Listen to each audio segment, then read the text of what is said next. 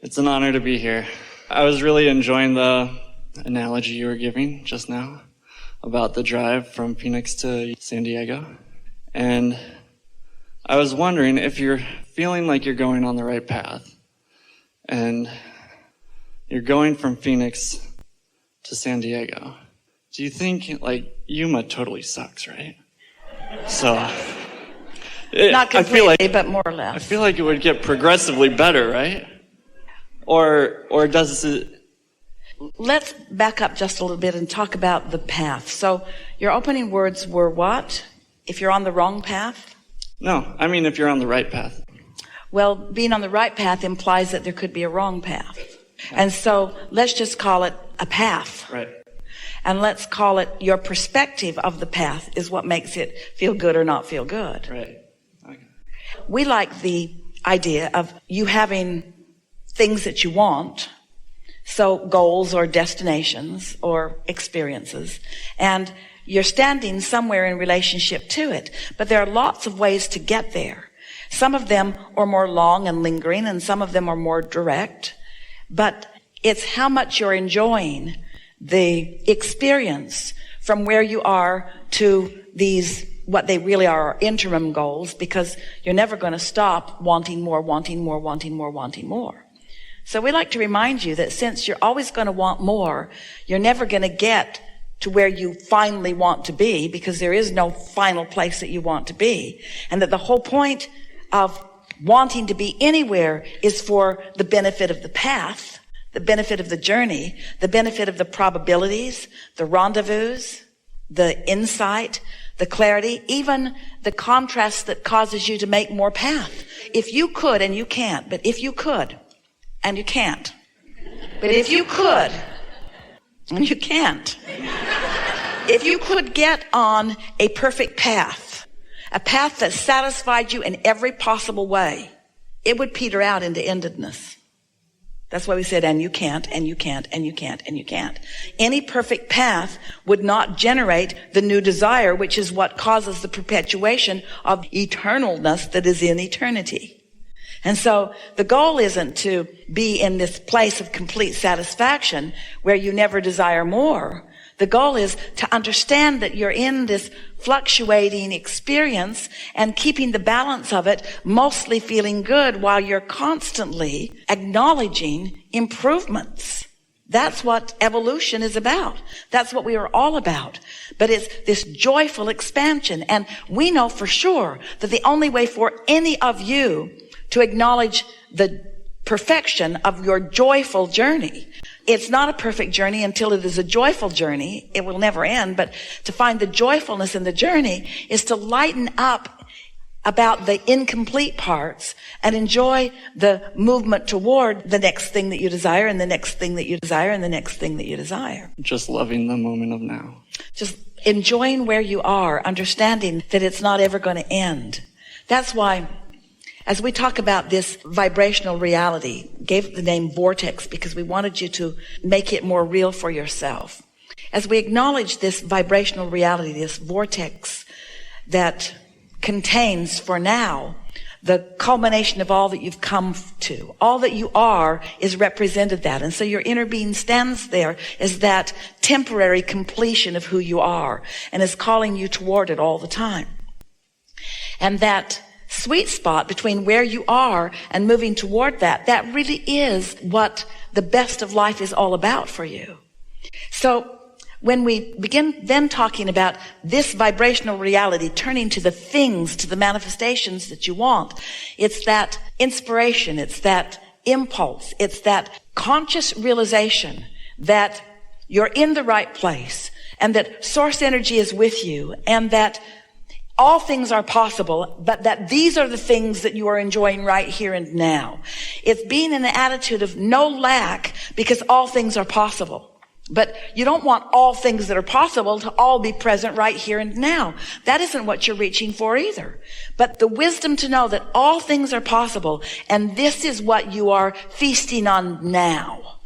So that you're feasting your eyes and you're feasting your nose and you're feasting your ears, you're feasting your fingertips, you're feasting all of your physical senses on what you are in the process of creating. That's what you came here for. As humans, sometimes you misunderstand. You think that Source has got it all figured out and that Source stands in this perfect place and you're here just banging around trying to achieve perfection somehow, and then you'll reemerge into the whatever it is that Source is.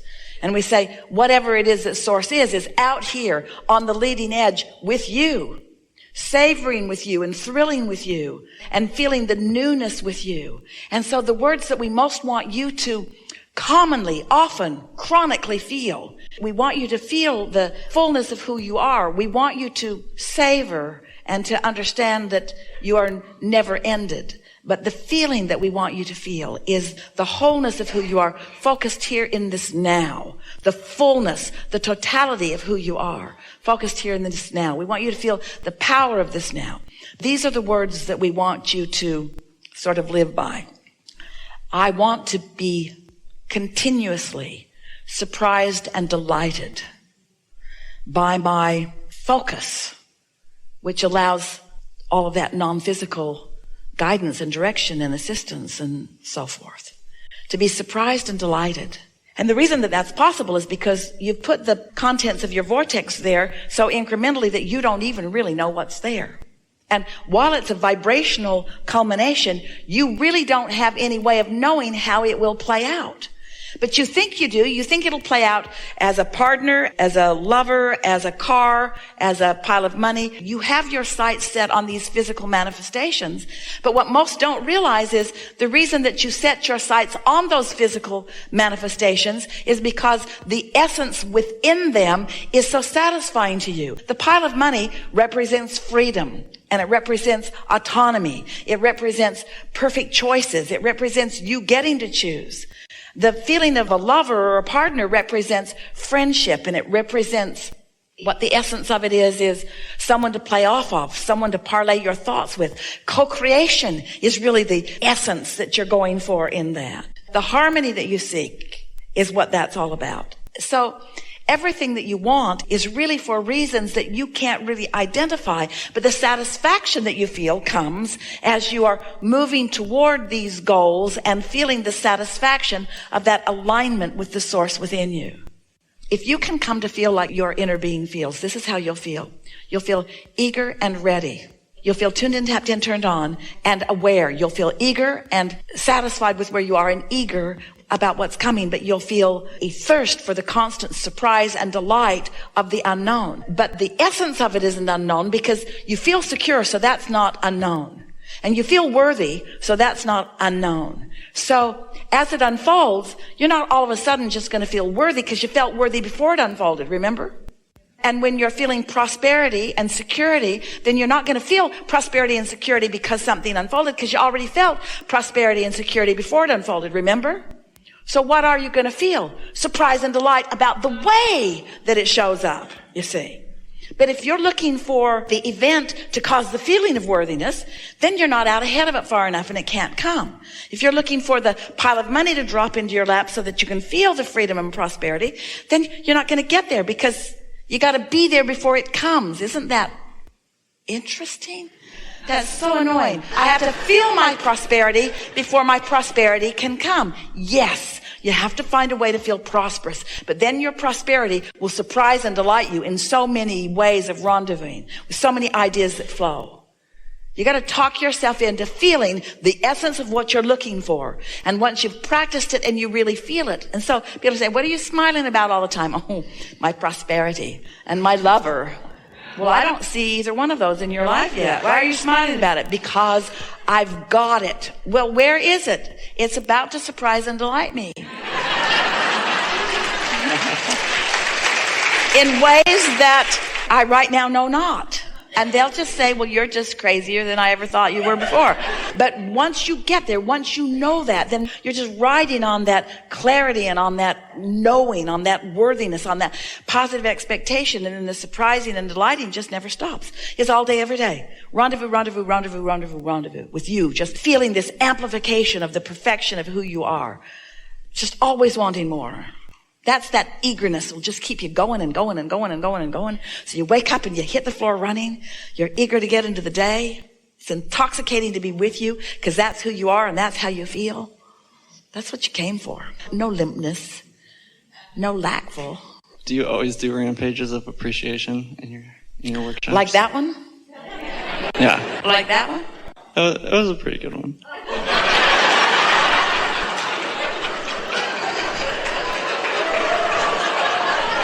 We heard it surprise and delight you. We did.